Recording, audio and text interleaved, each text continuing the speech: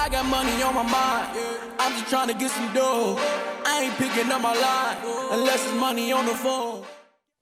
Welcome everybody to another episode of the Black Wealth Renaissance Podcast. Your boy David Bella, 1/4 of the Black Wealth Renaissance, checking in with my brothers Jalen and Kelly. How y'all doing, Kings? What up? What up? What up? It's your boy Jalen, man. Another quarter of the Black Wealth Renaissance Podcast. Feeling good, feeling great. I am blessed to be here, y'all. Yeah, man. Great Saturday. What's good, everybody? It's your boy Kelly here, checking in on a lovely Saturday. Feeling good, feeling great. How y'all boys feeling? Man. Good, Living man. lovely, man. It's a great, like y'all was saying. I'm man, sipping a little Saturday. wine. Sipping wine, chilling with the bros. Feeling good. It's just the bros on this episode today. You know, we been a minute since we did one of these. Gonna throw that thing back to the very beginning, how we started this off. It was just four brothers exchanging ideas and trying to put people on game. About some of the things we be talking about. I know yesterday we was deep in our little nerd bag. Y'all know we be getting in our nerd bag about some shit. That man David tells me we're gonna be nerding out today. Yeah. So what is that? What is nerding out? Hey man, we just gonna get in our little nerd bag. We be talking, man, like, and you know, we get so used to it because we had these conversations with ourselves and like amongst ourselves, it's our circle. But like a lot of people, they don't be knowing about this stuff that we be talking about, and it may be beneficial to somebody to get on and just learn a couple of these things that we be talking about. So we gonna go back to the beginning with it. And today, y'all, we gonna. Well, actually, before we get into today's topic and everything, definitely want to ask everybody to like, subscribe, rate, review, comment. You on YouTube, Instagram, anywhere, man. Share podcast, this. share it with somebody. We definitely trying to always put people on, give them some information, and just change the narrative of what's going on in Black America, man. Give them this positive representation of Black wealth. Yeah, I also want to shout out our patrons. Shout out to our patrons, Miss Diva Style, Alex Bryant, Colston Nelson, Benson, Brenton, and Angelica. Appreciate all of y'all for supporting. Hey, shout out to them. Renaissance Podcast. We got to give y'all big hands clap. Yes, indeed. Shout out to all the patrons out there. If you want to become a patron of the Black Wealth Renaissance Podcast, you can support us through Patreon. Where for as low as what's our lowest tier? $5. Yeah, like $5 a month. As low as $5 a month, you get access to exclusive content from the BWR podcast. You get early access to ad-free episodes. Yeah. People ain't gonna hear till like months later. Like we like 2-3 months out with the content that we producing. So you get all the gems early. What else we got in the Patreon for? So they get access to the stuff we were just talking about beforehand? Like the Academy through the Patreon? Yeah, they don't get access to the Academy. No, not the Academy. Discount. Talking about before we got on this call, we was talking about some stuff while I was recording. I believe that's going on Patreon, correct? Oh yeah. That goes on Patreon. Yeah. All the pre-show conversations, all the great conversations we get to have with our guests. We got something cooking up. So if you want to become a Patreon and want to know exactly what we were just talking about, definitely click the link below. Yeah, sign up for that. Yes, indeed. Also, my brother Jalen was just mentioning the Academy, BWR Academy, is going to be launching May 24th. It's going to be a community designed to help you get your personal finances in order. We got amazing instructors teaching you about budgeting, debt repayment strategies, credit strategies, financing strategies. It's going to be a whole 9 teaching you how to take advantage of your 401k. Get started. Teaching you how to take advantage of HSAs. If you don't even know about HSAs, please, like this is going to be a game changer for you. So we definitely just trying to show you how to maximize what you already got going on with your personal finances. And if you are in a situation, we're going to try to help you get to a better level. Yes, indeed. Yeah, and we got a special sponsor with that. Yeah, we do have a special sponsor. Academy.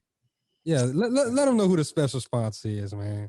The special sponsor is Capital Services, man. Financial services. Ooh. They're helping sponsor BWR Academy and letting our students have special access to different features that they haven't released yet. Ooh. Pressure. Come on, man. BWR Academy. Man. This is some BWR exclusive shit right there, man. And I didn't even tell them the best part. The best part is it's free for students. You don't have to pay anything for students. Nothing? Nothing. $0. Damn. Capital with a Q. That's hard. Shout out to Capital. That's hard. Hey, man, I'm just saying. This is academy already sounded like you need to be a part of it, man. Because when I tell you the things that we got planned for this, we've been working on this for a little while. Like live private trainings, free class. I mean, not free classes. Private networking events. It's really gonna be a game changer for everybody involved. BWR Academy. You also get access not to just online events though. Oh yeah, that's you get access private networking events. Yeah, you get access to offline events, y'all. Like you could pull up on we in your city, you part of the academy. Hey, just show, look, walk in that thing. Yes, indeed. You ain't gotta pay nothing. Or if it's a high ticket event, you get a special discount. I'll be honest.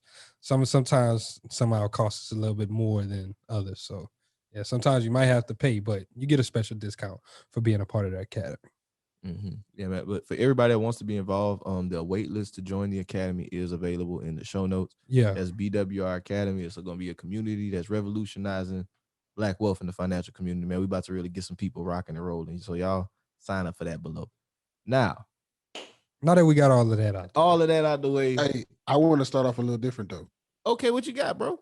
I'm gonna steal something from a different podcast that I seen. Okay. I want to just check up on everybody. How everybody feeling? Okay. You in your I am athlete bag. I'm in my I am athlete bag, man. I'm just mental check, man. We doing the mental check. Okay. That's a bit. All right. Mental check, man. I ain't gonna get no numbers like they do. Because I feel like it's always hard to put numbers on that.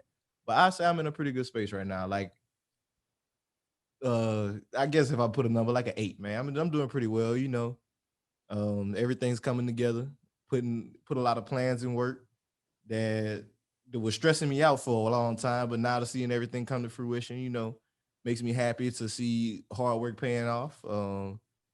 Looking to get another rental car soon, add to the fleet. Just in a good space, man. Business booming, family booming, relationship booming, everything good, man. Hey, man, that's real good to hear, man. I say I'm about a 7. I don't think that's bad. That's pretty average though. I'm excited. My birthday is coming up this month, so that's pretty fun. So, another year of life. Definitely, been growing and learning.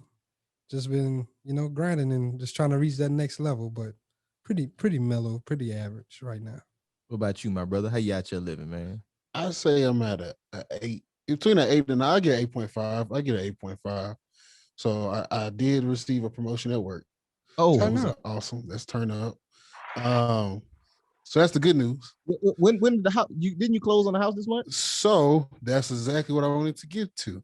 So that went south, completely south. What? Yeah. So I had a lender that I won't name, even though I want to bash them. I won't name them. They basically told me on day of closing that they could lend on the property. The day of closing. Damn. Nigga, what? So then I tried to find another lender, and they basically told me I had to get a 20-year mortgage. On top of that, the interest rate was going to be incredibly higher. So I was like, I just forget about this property. But today is what I've been doing all day. Is actually been looking at other properties, and I found something I'm interested in. I found something that I'm really interested in. It's actually a slab right now. It's not even built. It's in Odessa? It's in Odessa. I can actually see the apartment that I'm living in right now from the slab, as well as where I work from the slab. Okay. And it's in a place where the property values grew 70,000 last year. Damn. And they're building 2,000 more homes in that area. Oh, sheesh. So riding that wave of new development instead of getting the old thing. Exactly. So now I'm interested, 4-bedroom, 2 bath, and a study. So interested, man. Hey, sound pretty hard, man. Sorry to hear that. I think we're gonna have a study in that bitch, though, man. The first one didn't work out, but it was gonna be a little condo. It was gonna be a house hack condo, but still, I mean, it's a blessing though. I'm glad. I'm also glad it didn't work out because there's a lot of other things that's going on that I'm able to participate in now that that's out the way. So, hey, love to hear it, man. I'm glad it's all good in that neighborhood. Let it all work out for you. I appreciate you doing that, man. I've seen I Am Athlete, so I be thinking about that. Like, hey, man, that's a pretty good little thing, just check in on your bros. Like, and I mean, obviously, it ain't always sweet. You'd ask me how I felt on fucking Tuesday of last week, I probably would have been like, man, I'm stressed the fuck out. You know what I mean? Like, yeah, but definitely, I appreciate that, man. That's a good thing to do, man. Y'all make sure y'all check on y'all friends. Yeah, it's important. But I want to get into some of the topics that we were kind of discussing beforehand. Yeah, we're gonna be talking about not the current right now. Oh, the biggest thing we wanted to talk current, about. yeah. It is current. This is something more current that's really been taking the world by storm as of lately.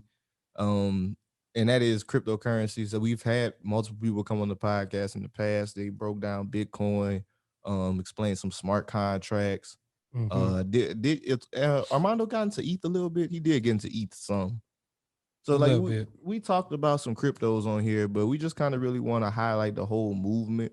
The DeFi movement, as Jalen was mentioning earlier, the decentralizing finance through these cryptocurrencies and a lot of these different opportunities that are becoming rapidly available to people through cryptocurrencies. Like I was telling Kelly before this, like I think I seen a chart by a girl B. She gonna be on the pod real soon too. We seen a chart that she had put up, and it was like comparing the returns on cryptocurrencies versus the returns on stocks. And like the top performing major cap stock that they had was like Tesla, and it was like 700 something percent. But like they got coins that you ain't never heard of that did 1,400, fucking 20,000. What was the biggest one you seen, Kelly? I've seen a 7,000 the other day. I can't remember what I was looking at. Damn. I've seen 7,000%. I said, Jesus.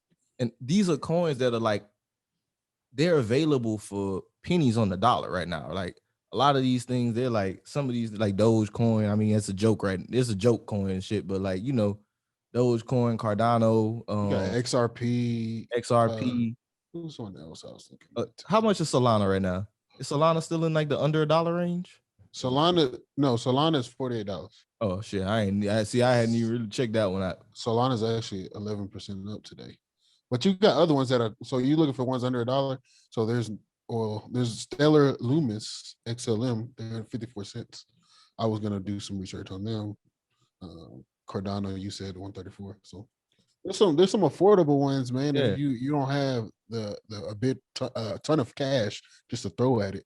There's something, man, just throw $5, $10. Like just see if you've done your research and you believe in it, or you just want to see what's going on. Don't be afraid to throw $5, $10 in it. You just gonna throw that away anyway. Exactly.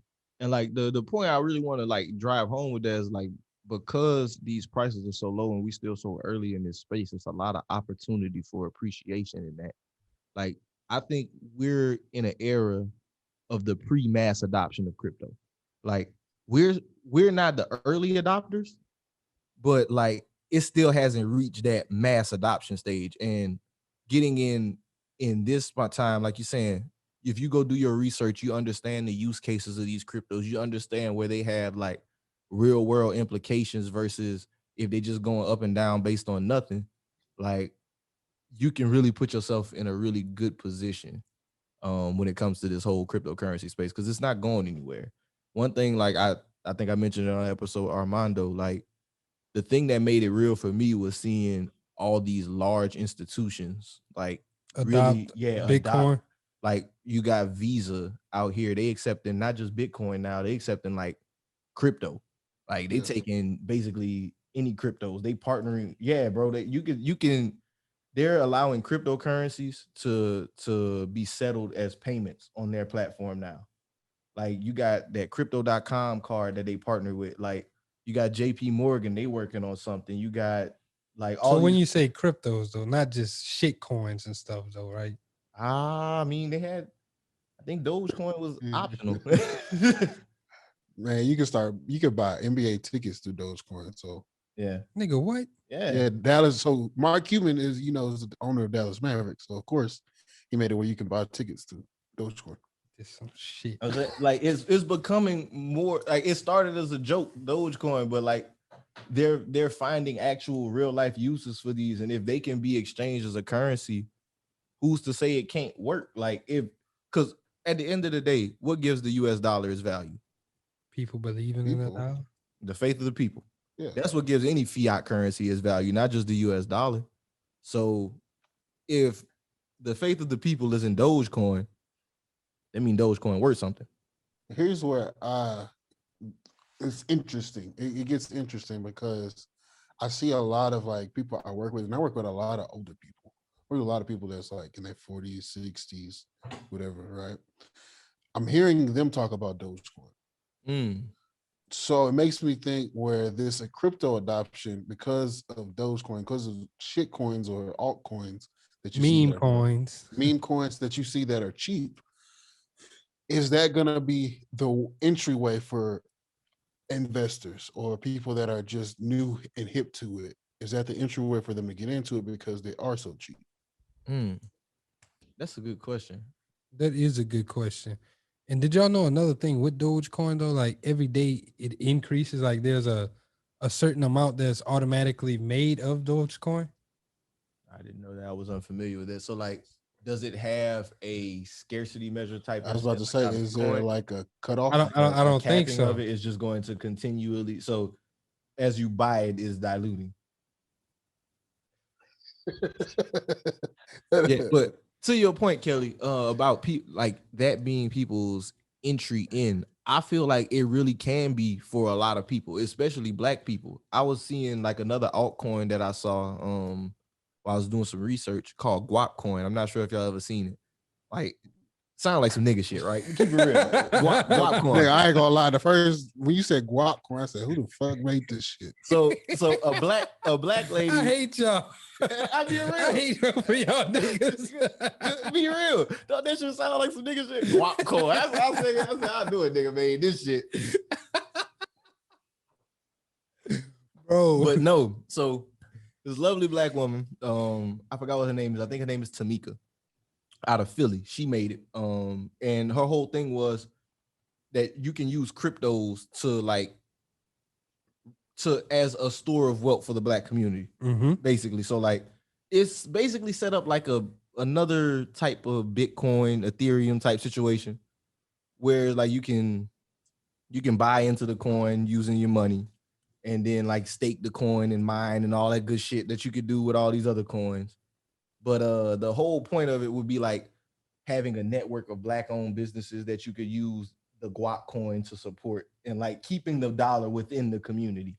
Like, so I got you. So like, if I'm another Black owned business, I take Guap coin and kind of keeping it in Black owned business related. So I got you. Yeah. So like just with that, like with the whole idea and opportunity behind it, I still just feel like in general, all those really cheap coins or things like that, they present a very large opportunity for people who don't have a lot.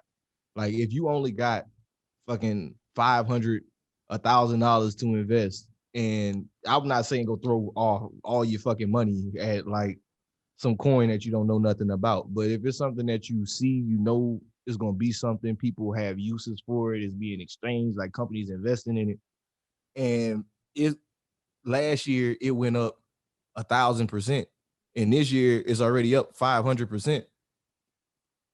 I think you might be better off putting your money a little bit there versus just throwing it all in like a stable investment, like something that's been around all the time, you know? So that's opportunity for appreciation. That's why I was asking about the entryway, because I've talked to people about buying Bitcoin and stuff like that, and they've always like, oh, it's too expensive. But it's the same. Like, I understand that you won't get as much, you won't get a full coin, but putting $10 towards it still benefits you. Still appreciates. Exactly. So that's why I was saying I've seen more people that instead of buying Bitcoin, they go buy Dogecoin. Even though those are two completely different assets, right? But I've seen more people attract to Dogecoin because of the price. I think it's because of the price, and also like we talked about, like that meme type, the environment around it too. Like so many people, like I think it was like week before last, like it spiked huge and like it went crazy. Like a lot of people made some money off of Dogecoin. Like it was like wasn't that 2 based weeks on ago. the Elon Musk tweet as well? I don't know. I don't remember. I just know I told people to sell. I was like, look, everybody's talking about this. At some point, you gotta go. You gotta like get your money and run. But it ended up like going crazy, and like Yeah, I just think this is going to be a very interesting leeway into the next 20 to 30 years. Where is crypto going to go? Like, who are going to be the new coins? Is Bitcoin going to stay the most biggest coin, or is there going to be somebody that overtakes Ethereum as the secondary coin? I don't know. It's going to be interesting.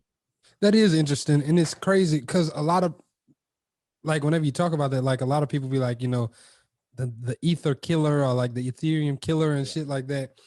And just talking about like why Ethereum was like built and like just the whole ecosystem about it, I kind of want to go a little bit into that.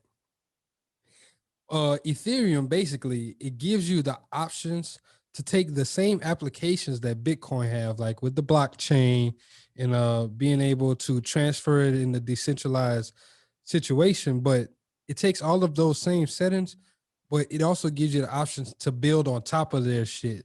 So like you can think of Ethereum as like the building blocks, like the soil or something like that, like your foundation, and you can build on top of Ethereum. So I think that that's really cool with it, but also like just doing research and really just diving deeper into it. Like some of the things that I've been learning is one of the problems Ethereum faces is it's kind of slow. Like some people talk about the speed of Ethereum and how certain other places, like I think that's why Solana or Cardano Cardano is was a big thing. created, because it could do it in a faster sense than Ethereum. And I know there's supposed to be Ethereum 2.0 coming out, which is a blockchain that I believe is going to run on side of Ethereum 1.0. Then they're going to do a merge and shit in a few years or whatever. But like it's just crazy because like you said, as we continue to grow forward, like there's going to be a lot of other technologies and people who might even make this even something that could kill Solana and Ethereum, like something that could be even faster than both of those. So it is kind of crazy to see the space, because a lot of it is some of the speculation, some of it is use case, some of it is how convenient does this make this. And I know something else we were talking about, like how you can have cryptos for each different type of use case. Like you might have a crypto that's just for whenever you got medical expenses, like it's just a medical crypto. Or you got like a crypto that's like, yo, I'm going to use this to buy all of my clothes or anything like that. Maybe LVMH might make a crypto where it's like, yo, you want to buy some Gucci or stuff? Like you got to use the LVMH coin or some shit like that. I see that, but like I'm looking at like the whole space with everything. I was thinking more with like the practical uses of it whenever we start thinking about the blockchain, like right now, kind of going back to that DeFi movement with just people trying to cut the middleman out, like with the blockchain and the smart contracts, that conversation, how those really can revolutionize the way people are doing that. But I did want to go back to the earlier point you were making about Cardano being faster. As one of those things that Kelly, like to talking about what you were talking about, Kelly, with the whole price to value conversation. Like Bitcoin is something that everybody looks at, like it's known, it has the brand, it's something that's not going to be gone for a while. Looking at something like a Cardano and seeing that, okay, this is what the market is, and here's its improvements upon the market, and it's cheaper than everything. That's the type of stuff like where you can start seeing it's a lot more opportunity there. Yeah, but I don't want to go away from Ether because Ether as a whole is so much bigger, right? Like think about even NFTs. What do you buy it with? Ether. So like even then, and then you've got, like you mentioned, you've got Ethereum 2, which is gonna solve all the problems that supposedly Cardano and Solana is supposed to be doing as far as making it faster. It's gonna make it faster, and it's gonna cut down on the gas prices. So it's interesting to see like how it's gonna evolve, right? Like from my understanding, Ethereum 2 is supposed to be been come out. They just keep developing, so it's in its early stages. So from what I've been told is Ethereum right now is what Bitcoin was at like It's early $500-600. Yeah, it's early stages. So I'm curious to see how it goes. I'm curious as well. Because like you said, I heard Ethereum 2 is supposed to come out a while ago as well. But like you said, they just keep on developing. I did want to ask Kelly a question, because you mentioned the gas prices. Could you explain what that is? Because I still don't fully understand that. So, from my understanding, gas is like your regular gas, like when you're driving, right? We can. Here's a great example. When we were in a lockdown during COVID, what happened to gas prices? They went They down. went. They They went started down giving people money to take that oil from them. because nobody's using it, right? Yeah. It's cheaper because nobody's using it. It's simple supply and demand. So when everybody's using it, it goes up, right? Which is why you're seeing skyrocketed gas prices because everybody's getting out of lockdown. Everybody's trying to go on trips. These planes, Everybody trying to hit the city, man. everybody going to Miami, everybody going to LA, trying to party. That's fine, but understand them gas prices coming up, right? Jet fuel ain't cheap. But that's the same thing with gas prices when you come to crypto. You've got gas prices that go up whenever you're using the platform like Ethereum, and there's a lot of people using it, the gas prices go up. When there's nobody using it, it goes down. And it's the same thing whenever you're doing transactions. Like if you're sending your crypto to a different wallet, you'll see gas prices on your transaction. The higher you increase it, the faster the transaction is going to take versus if you do it for cheap, it's going to take a little bit longer. So basically, in a nutshell, it's just the price you got to pay to do a transaction. On the Ethereum network. Because from my understanding, it says that these are computers doing it, right? And you've got to pay these computers. These computers are like people. You got to pay these computers to do it. And the computer's going to take the highest price. So if their gas prices, when you're doing transaction wise, the higher the gas prices, I see that as a bid, right? I see it as the highest bid. I'm going to take that bid.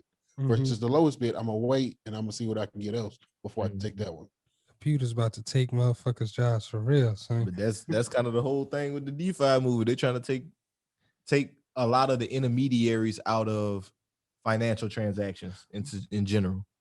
And that's kind of interesting the way that they're trying to like do it, because like with the intermediaries, it is a lot of risk involved with it, like with fraud. You remove people, like with fraud and with different people having the option to block certain things or even turn people down from certain loans in situations like that. And I think that that's where the DeFi also movement comes into play as well, because with the smart contracts, now it just means, do you meet this criteria or not? I can't stop you if you from this neighborhood, if you got this type of whatever. Like, do you meet this criteria or not? Do you fit into this box? Do you earn $60,000 a year? Is your debt ratio lower than this amount? You check that off. You check that off. What's your credit score? You got a credit score of this? Okay, wow. You check that off. What else? Did you have an appraiser? Like, what's the appraiser? It's operating on a lot of conditions, objective facts versus people's subjective opinions and different feelings that they may have about you. Is do you meet this or not? And if you meet these things, now this contract can be activated. You can get this loan for your house, or you can do these things for your house. And that's really cool too, because like you can purchase houses through smart contracts. You can start to buy vehicles through smart contracts. And now all of the loan processes of you needing to go to like a financing office or unfortunately, like for me, like notaries might become an obsolete thing, because now I don't need you to come here and do this signing thing. All I need to do is log on, check off, bomb. Okay, now I can get my money. I can close on my house today because I met all of these certain things. And it makes it very, very easy and very, very simple for the user on the endpoint. Yeah, I definitely see notary, like you said. I also see like insurance adjusting going away too because of blockchain and AI. Lemonade is already kind of eliminating insurance adjusters already. What's Lemonade? Lemonade is an insurance company. Yeah. They use AI to do all their insurance claims. How? Like what? They're like similar to the one Ladder, like the one we use. So whenever y'all thinking insurance adjuster, I'm thinking like, I gotta adjust these things. I gotta walk the property. Yeah, like that. I'm thinking about the claims adjuster. Like, that's what I'm talking about. Like okay, I got a flood in my house, right? Flood insurance, right? I take pictures of the flood. I go through the AI already goes through the contract, and they tell me if I'm approved or not.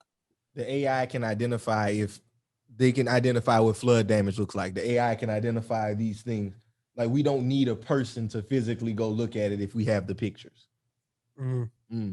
Interesting. I also feel, I don't know, because I feel like with some cameras, like, you don't have the best quality. Some shit can't be manipulated. Don't get me. I don't think we're 1 to 5 years away. But over the next 10 years, I could definitely see what I Kelly see it go. Yeah, happening. I'm saying it's gonna eventually go away, and with the blockchain, with As smart AI contracts, more advanced. AI, it's gonna eventually go away. I just don't think it's gonna be soon, but eventually, I see it going away if these Whatever nigga processes pull up get. on another property that they didn't even get those. Like a property they never, like a property that was damaged, but it's not the one they was filing a claim on. Yeah, I don't know exactly how that will work. I'm probably just geofencing, bro. Like you got to be on a certain, like a lot of this stuff. They got images and stuff that, I mean, they got back end settings and data shit they could do. But we were kind of speaking on DeFi, and I kind of want to kind of switch the conversation around a little bit when it comes to cryptos, because we always think of crypto just as that DeFi aspect of it, where it's like, oh, we moving away from all these institutions. But there are cryptocurrencies that are tied to financial institutions and governments. Like I mentioned earlier, JP Morgan's investing in the the United States. At the beginning of the pandemic, they were making talks about like a digital dollar, things of that nature. A lot of countries, and they're interested in this space. They want to control the crypto space. They don't want to let it become a decentralized place, because decentralized means no authority.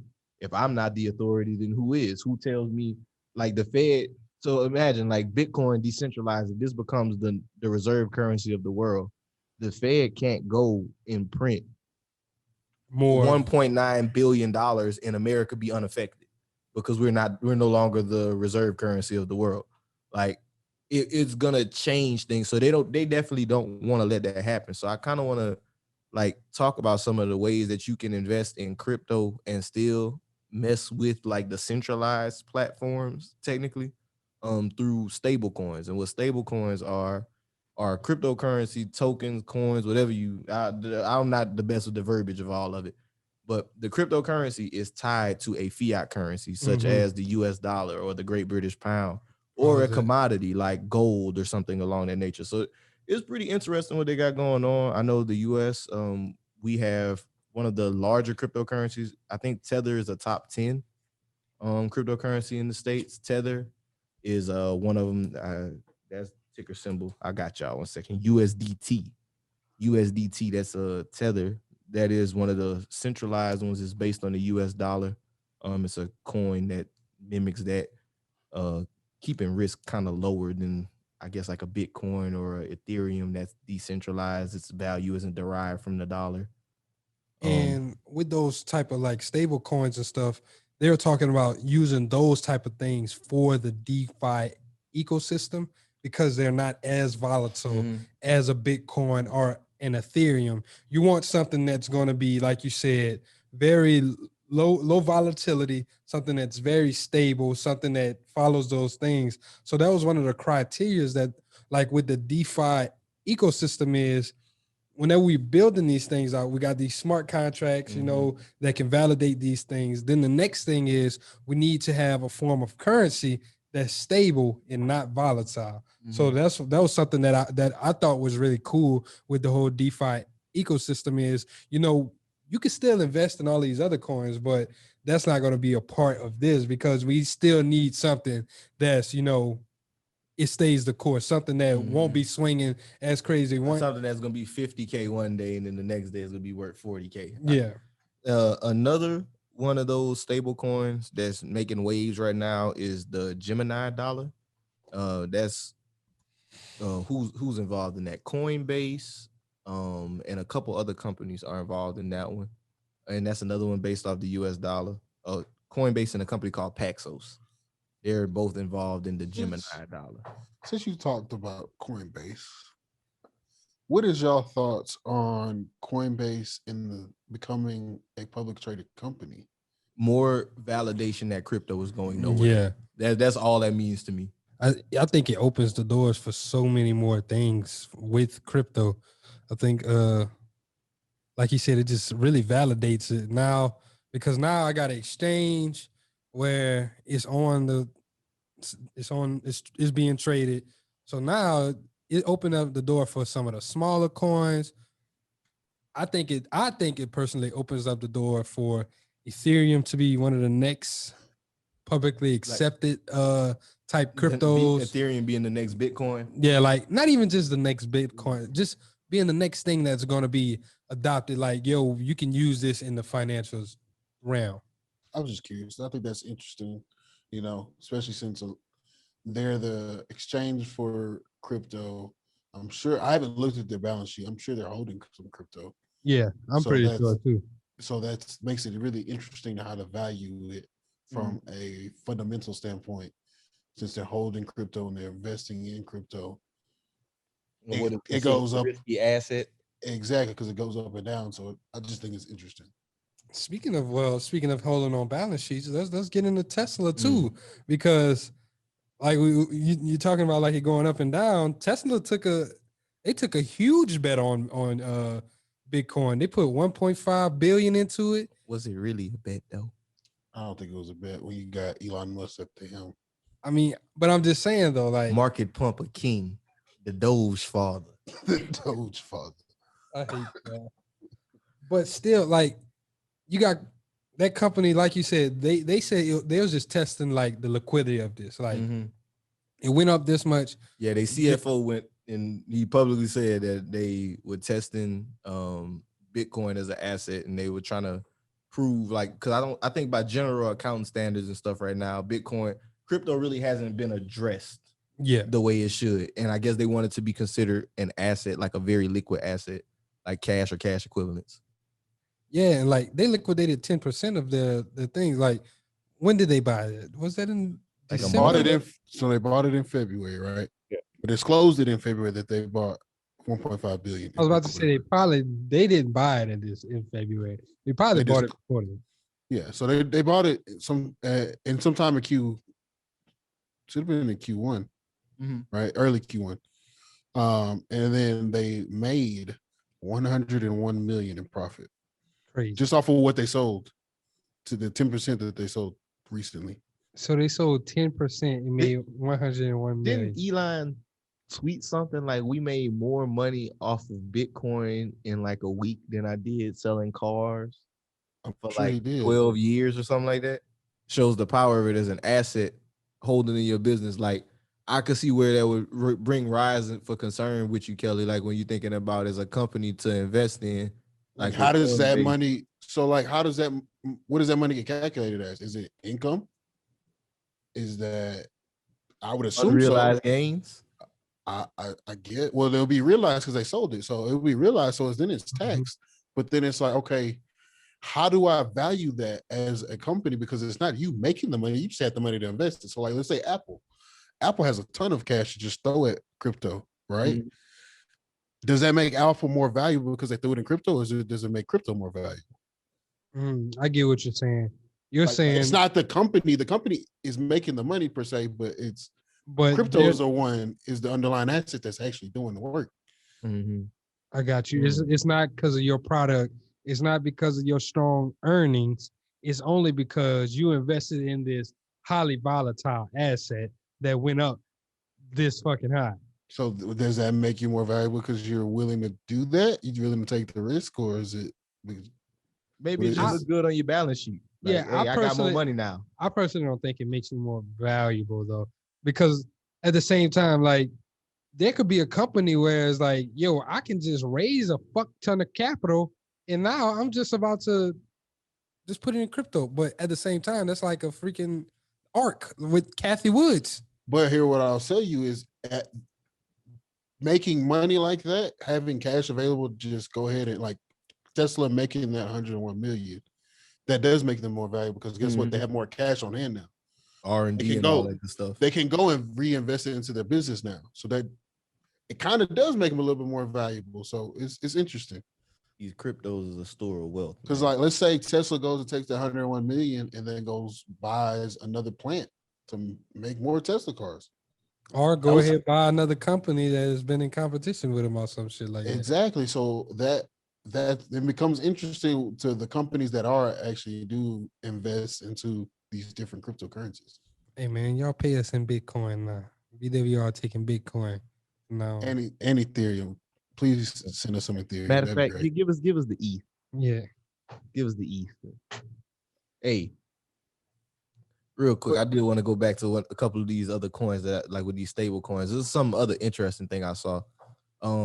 Venezuela is actually doing a coin backed by their oil and gold reserves, and I thought that was very interesting. I was like, yeah, it's called Petro. They're doing a coin that's backed by oil and gold. What are your thoughts on that? I don't think it's a bad idea because those are considered in my head It's old world assets. it is, but at the same isn't. time, it's a not. commodity. I'm telling you, it's not. As a person that works in the oil field industry, it's not. I promise you, it's not. It's not going nowhere anytime soon. Yeah, like it's a commodity. Like, bro, this shit's still being traded. True. Like he said, like our country might be one of the first countries to, be fully electric, but does that mean all third world countries are going to be electric? Them niggas just got gas. So now say the United States, we start to cut down our production of oil now. Yeah. And now, so no, go ahead. Go ahead. Go ahead. No, I was just about to say now Venezuela, they got a huge reserve of this shit. Does that make them more valuable? Because now have it. They do. But it's the same thing here. Like we have reserves. Like we haven't used our reserves, guys. Like I know. We still have on a lot of oil. We playing a long game. Exactly. And it's like, yeah, okay. So our cars are moving towards EV, which is great. At the same time, have y'all seen an EV plane? Hell no. Like that stuff still needs oil. Like your plastics. What does it need? It needs oil. So it's like there's other stuff there. So you will see probably a decrease in gas price. You'll see a lesser production in oil, but it's not going away. I think that's the mindset we're getting is like it's going away. I don't see it going away. So it's not a bad idea that they did that and backed it with the coin. Even with the gold, like, bro, motherfuckers still use gold. Gold is still like up there as a store of wealth. Like, I don't think that's a bad one either. I kind of want to go into like, since we're talking about different countries, let's talk about the countries that are like banning crypto. So you've got India. I know India recently banned crypto, and it was another country. See, I don't know too many of the ones about banning. I've just been more so looking into like the countries adopting, not just crypto, but just mobile money in general. I think we spoke on that before too, like the movement in Africa with mobile money and just like how everything is moving in that direction away from physical dollars. But it is pretty interesting that countries, because to that same point we were talking about earlier, these are countries that want to control the flow of money in their country. You said India, and you said another country? North Macedonia. They have banned it. Macedonia? Mm-hmm. That shit sound old. Yeah, they should do sound old. This shit sound like they ain't gonna never like Scorpion King. So I'm looking at this map. There's some northern countries in Africa that have banned it. Wow. Of course, India, and then there's a country in South America that has banned it. It's very interesting that in my personal opinion, I believe that Algeria is actually illegal. Egypt is illegal. Morocco, it's illegal. So the Middle East, a lot of the Middle East sounds like Nigeria, Northern Africa, Middle East. Yeah, Nigeria, it's legal, but it's a banking ban. So it's interesting that there's countries that are making it illegal. But I see those countries becoming third world countries in 20, 30 years, They're going to be the new third world countries. And then those countries in Africa that are using it, I think you'll see a change. And they'll maybe become first and second world countries, I also, either they're going to become third world countries or they're going to reverse that that damn That banning true. of it. They gonna be like, Yeah. hold up, Nah, we they done might made be a late. mistake. They getting late to the party. But, Yeah. But I think being late, bro, even being late might make them a third world country. and I do like the point of Africa. I do want to kind of expound on that more because like I feel like Let's enough talk people about the motherland. people don't talk about The enough. Prince of Pan Africanism. This, It's Dr. Umar. I am not the Prince of Pan Africanism. Hey, man, I love to get Umar on the pod, though. Come talk your shit, my nigga. But no, like with Africa, like with the growth of Africa, that's kind of the point that I would want to point to. It's a lot of countries outside of Africa investing in Africa. They're throwing billions. China's throwing billions in Africa. Africa, population wise speaking, it is the only continent Where that the has population more young people than old people. Every other continent is old people heavy and young people not making a lot of kids like that. All the major current populations. So Africa really is poised, like with the adoption of this new currency model, the adoption of all these things. They're poor, and the investment from all these outside places. They're poised to become, like you said, one of the better places in the world over the next 20, 30 years. So when you say better, okay, Like so, in terms of whenever we start talking economies, first world, second world, third world. so what I do think though, especially since China is investing so heavily into it, I haven't looked at the interest rates and shit like that, but I do think their influence will be stronger as well. So that's kind of something that I play in the back of my head too. Is kind of like a concern. You know, you invest in all of this money. What if the African country can't pay you back on this interest or on this loan? What happens whenever I can't do that? What if then Well, what happens? Like time to there's- call up, pay up. I think there's more than just loaning them money, right? There's gonna be, which they've already done. There's buying land, right? China's The buying land. infrastructure, yeah, like all that. China's buying land in Africa. Didn't China fund Akon's project? Yeah, I remember when they had the whole thing with Akon building a Wakanda city. Yeah, I did see that. I wouldn't be surprised if it was China. China is trying to move into Africa to build infrastructures into all parts of Africa, which isn't a bad idea. Hospitals, highway. But I see what Jay was talking about because then it's more China ecosystem versus Africa. Yeah, like now I can start putting my influence and my stuff in your country. Like once again, like I give you this money. Now what if your ecosystem doesn't strengthen? And maybe, you know, I give you a 30-year, 100-year loan, right? But I call up on the loan 50 years from now. You can't pay it. Hey, this is my territory now. I'm pretty sure they got something like within there that mentions something along the lines of what the debt does come. If I'm sure they'll just borrow from another country more than likely. I guess that's one of the biggest things I'm guessing. Just like thinking with Africa in general, one of the issues why that could be such a reality is because Africa is so fragmented as a continent. There are, like, you know how China is one large landmass that is united under one nation. Yeah, you can't say that about Africa.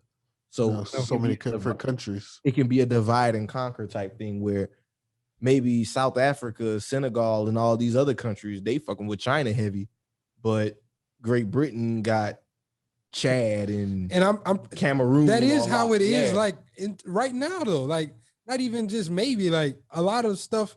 There's a lot of countries that have their foot. They have like influence, but they don't own the country. No, they don't own it.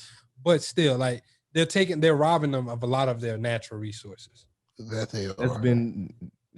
since been. That's kind of. I'm gonna drink my wine to that. Africa, but what else we got on the docket, man? Man, we kind of got down the rabbit hole with this. Africa. Yeah. We went on a tangent. I do kind of want to zoom back out. I know we were kind of talking about cryptos as like just a currency and everything, and I think we touched on that a little bit earlier. NFTs, non-fungible tokens. This week, I think actually today, I seen an article talking about how they're doing an NFT gallery. I think we talked about that before too. Mhm. We talked about like how that We talked was about that to with be Brianye. about Yeah, to it be, was with the Brianye episode. I remember that. yeah, about Yeah. like that was about to be a reality. And lo and behold, we were talking like this is going to be a couple years from now, like this is the thing, but like they're 2 doing months later. they're doing these things now. There is a crypto art gallery in San Francisco that people are paying to go look at digital art and graphics and all these things displayed. I hadn't seen what it looked like, but what are y'all thoughts on this whole NFT crypto thing and any educational information that y'all could share? I haven't personally invested into the NFT. I'm not that kind of an investor. I think if you are a investor of art, investor of trading cards, you like collectibles, this is something for you to look into because this is the future of that collectible types. Mm-hmm. And what I will say, as soon as the NFL gets their hands on an NFT, it's over with. You're gonna see prices that you've never seen before being paid for NFT.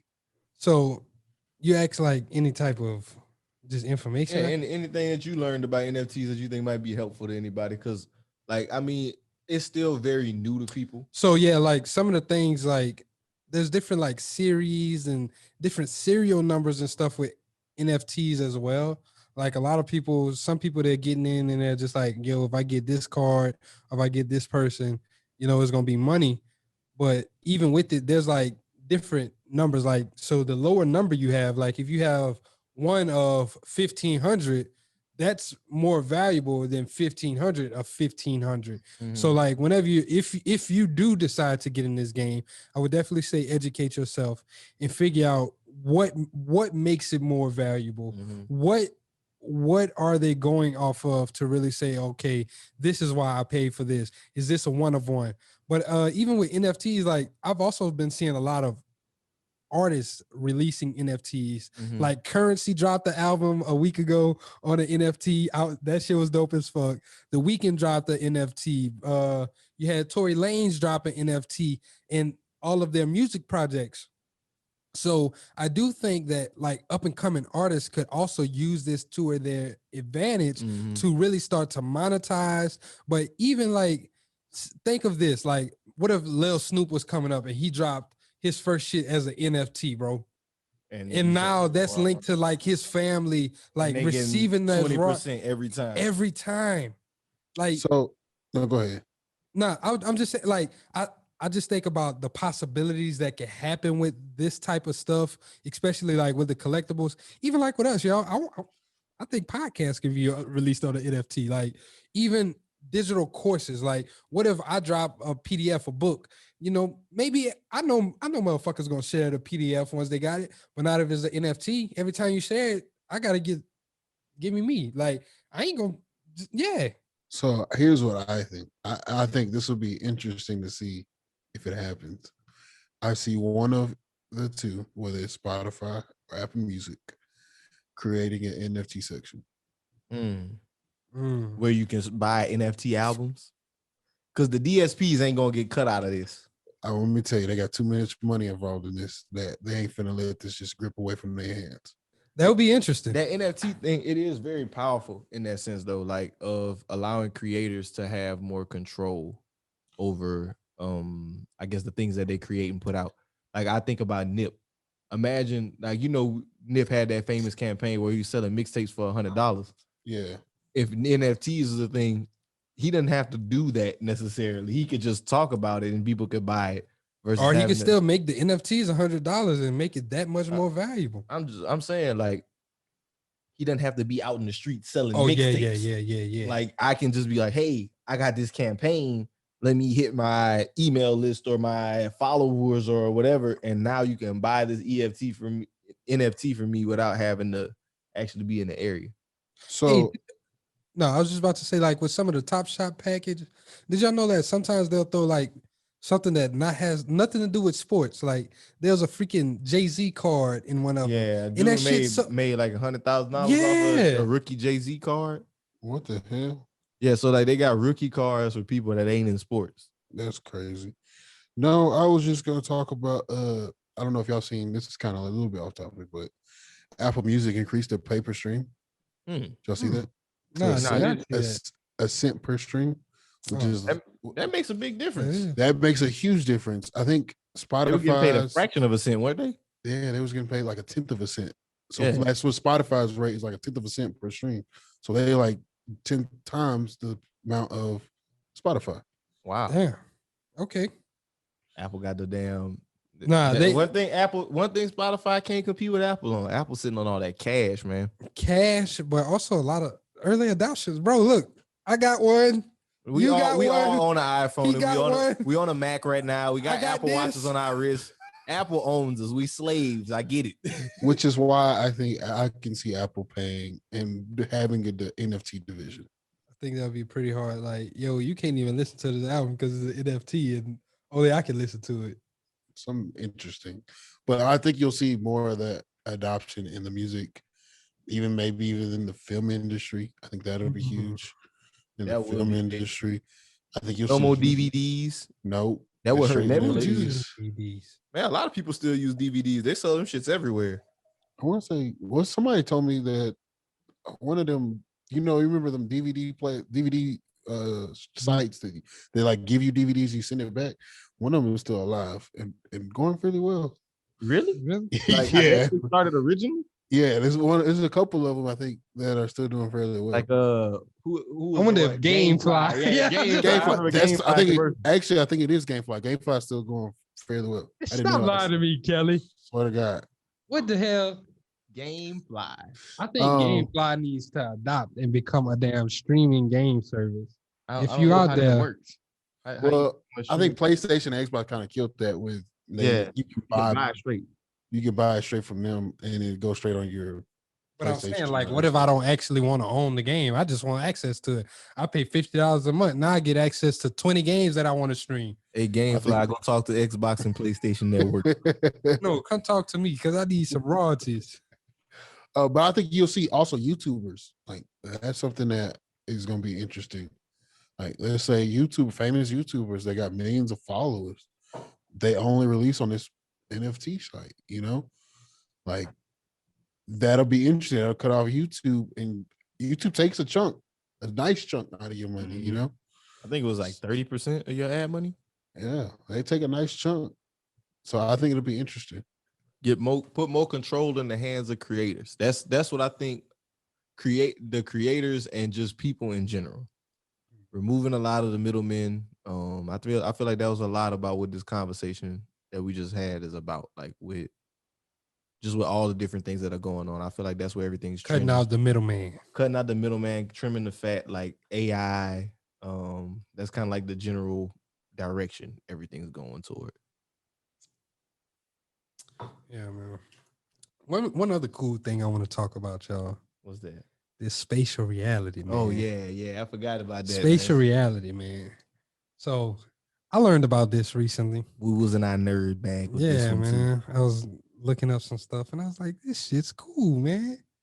So we all know about VR, right? When you put on the glasses, all the headset. The Oculus by Facebook. You are the Microsoft ones that cost $3,500.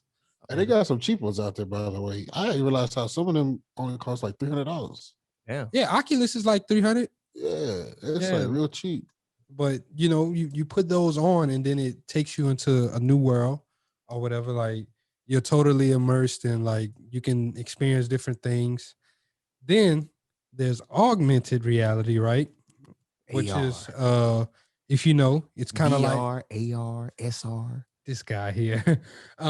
If you've ever played Pokemon Go, or even if you played on Snapchat, and they had the little Bitmoji, you point your Snapchat and your Bitmojis on the table dancing and stuff like that.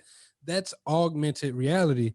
And augmented reality means that you're taking this tech and you're combining it with the real world, right?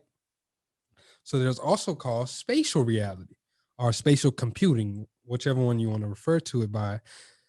What this does is it actually takes into account your environment, what's going on, the space and everything around it, right?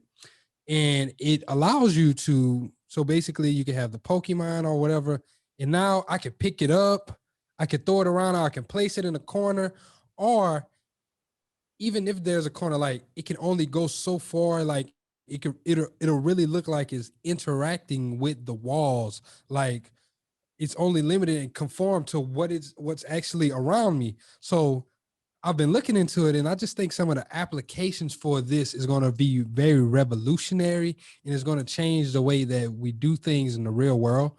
Because now, you'll be able to build prototypes at scale without actually having to buy the materials and do it in the physical world. You can do this through virtual reality. And now you can actually start to test out certain things, test out certain models. Maybe even if Tesla wants to build a new car and they want to figure out, this is how much leg room we want to know. We want to know how much it can recline, like before we do this and all of that. Now you can build a full-size replica, like a full-size scale product without actually having to put the money in for the casting, for the molds, and actually building the materials. Now it's all just through computing and through just actually your imagination. And I just think that shit's like one of the craziest things ever to me. I think it'll be perfect for what I just did all day of going through houses that ain't built and trying to imagine what this thing is going to look like. Exactly. Like, bro, you could have architects build up a full rendition of a house, and now you can actually start picking out, okay, I want this granite countertop with this tile, with this type of paint and everything. So now you can actually build your dream house, make it come to life before you actually even break ground on it. I also think a few other things is, so say a company like IKEA or a furniture company, right? They invest in this type of tech. Now you want to change your sofa set, or you want to buy a new table. Hey, put your little new fancy VR headset on with the, see what it's gonna look like. Yeah, with the house. space. Yeah, now you can see, okay, ooh, it looks good in this area, or it matches really well with my floors, my countertop. Another thing with IKEA, again, you got to set all this shit up yourself. Maybe you can make you a spatial reality installation video. Hey, first thing you do, pull out all of these legs. You put all of these screws together. Now you just start matching it up and start building it in real life. And now you don't have to worry about these pages of these motherfucking instructions. Now I got a spatial video that's showing me how to actually build this. So, fuck your head up, huh? No, my thing, how you do that with a headset on though? Because with spatial reality, it's combining the two. So whenever you got it, like you're actually looking at your environment. So you can see the real table in the fake table. You're looking at the table. Yeah, got you. Okay, I got you. So now you can move it and like build it. Like they picking up one leg. Okay, I got the leg. Let me screw this right here. Like pretty cool. Even with learning about medical research, maybe a doctor, a surgeon who's trying to, study and become this. This is going to be how the new exams could be done. You actually have to perform this surgery, make sure that your hand on a spatial heart, or perform open heart surgery in spatial reality, whereas now your surgeons are becoming more experienced because they got real life critical, it can have the same type of effects. You cut this, this person dies. Now you failed this test. So I think the applications to that is going to be so endless, and I think it's going to increase and enhance our world so much. I think you'll have less defects in products now because you can scale to model, you can start replicating, you can start doing things before you actually start to produce it and start testing things. Even with cars, like maybe you got a car, it turns and it's got a terrible turn radius. I'm gonna test it out in my new spatial reality building things. So I think it's gonna really just increase the quality of life for certain things. Do it like almost like paper trading, but instead of for stocks, it's in real life. Yeah, it's just playing with it, what it will look like in virtual world. Sorry, y'all, I had to get my nerd back, man. I knew you was gonna do it because you've been talking about this shit. This spatial reality shit, man. This shit you sound like a fiend for it, man. You ready to get you a set of Oculuses? Yeah. I thought about it. But even with like the virtual reality and stuff, like tying the crypto, like the NFTs and the virtual reality, I also think that. So I was looking into it. That's also like there's actually companies who's doing virtual reality meeting rooms, like Zoom. Niggas is doing virtual reality meeting rooms. So I sit down in my house with a headset. Not even your on, house, nigga. And I'm with all y'all. No, you put on the headset. You at work. They done replicated your work environment. Hey, they can get out with that shit. I ain't doing that. That's what I'm saying though. Like I'm at the crib, right? Yeah. I put a headset on. Now I'm at work, and I look to my left. Oh shit, there's It's Kelly. Susie. He at his crib with a headset on. Yeah. But I'm just looking at Kelly. Yes. Yeah, that's kind of strange. They doing that like right now, bro. That's kind of strange, bro. They do. That's It's weird. companies that's doing that. I definitely would like to see how that plays out and how people's reaction to that has been. So they do like it more than Zoom because people get Zoom is trash, Zoom fatigue.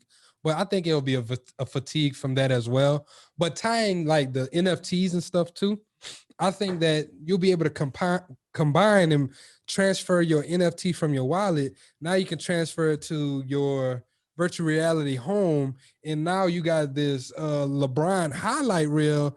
You can put that up on your wall, and whenever you invite Kelly and Jared to your virtual house, I got this LeBron highlight reel. I got this one of one weekend song playing in the background. It's like IMVU or some shit But like that, just but like in real life. On steroids, bro. Hey, speaking of that, I think that'll be cool for like, you can understand what I'm saying, bro, man. In practices, watching film. Like, if I got the goggles on and I can see exactly what the hell I was doing. I'm on the field. I'm in the play. I'm in my body. Coach breaking it down. Ooh, that would be hard. That's interesting. That would be hard. Coach, hold on. Stop it. You see? bro. No, please. Watching film is literally the most boring shit in the world. It's very hard. Coach be like, all right, stop it. We just played half a second, nigga. God damn. You gotta go through like 50 plays. This nigga stopping every second to talk about. All right, look, this is what you did wrong. All right, now this is what you did wrong. But that's cool because you can also can actually be in the moment. Exactly. You can get in a position. You can be like, okay, I see where I did it. Let me tweak it. Start building up muscle memory from your actual film breakdown. Yeah, especially because then it's like, okay, I put the goggles on. I got a defense in front of me, right? If I'm an offensive player, I got a defense in front of me. I can go through and see how the play would work if we're going out and trying a new play or a different practice play. Like it'll be interesting. Yeah. Hey man, that's pretty dope though. That spatial reality. And all I can say is, man, the future is bright and it's time to get right. Hey man, another thing with the future, man. I can't even the fucking limb replications and shit, man. I'm not trying to get into all that today, man. We'd have been in our nerd baggy enough for the people. Okay, man. I ain't gonna get into it. We're gonna talk about the 3D organs and how they printing different limbs and stuff for people on a different day. Hey, I just want y'all to know you might be living longer than you think. Hey, if you get your bag right. They did say that the millionaires and billionaires trying to live for forever. So, bro, like, we're not gonna get into it. We get into it off topic. This will be some Patreon content. I'll tell you about the shit these niggas doing, Kelly. These niggas hit crazy. They trying to go to Mars and they trying to get new limbs. They trying to be some space aliens. Hey, them niggas can have that Mars shit. I'm chilling. I go to a colony in outer space, but Mars, I ain't with all of that shit. That's like a new frontier, nigga. Whenever you get that, you know how much work you gotta do. I got a house over here already, man. I'm not about to go over there. I gotta build it up. It's gonna be the Wild Wild West again. You gotta deal with aliens because the government already said that's true. That we got aliens going on. So, hey man, I just want to meet me one of them. That's all. I want to dap them up. You ain't an alien, no, my brother. You never know. I want to see if they look like E.T. for real. I feel like all this shit that people be putting in movies can't be too off base. Like, we have an image of an alien. I feel like somebody's seen one of these days, dude. But this has been a fun episode. A fun, nerdy episode. We get to talk about a couple of the different things that I hope somebody learned something. That's all I want to say. Yeah. And if not learn something, at least pique someone's interest to go look into some of this shit. That's really important. I know we talked about like a lot of coins and stuff earlier. Definitely before you invest in anything, do your research like my brother Kelly was telling you. Kelly, do you have any words to the wise for researching crypto for them? Here's what I'll tell you, and this will maybe incite pique your interest, maybe even incite you. Go to a coin or a cryptocurrency that you're interested in. Just look at the 1 year. Just look at the 1 year and look at the percentages, right? And that'll pique your interest into it because you see the gains.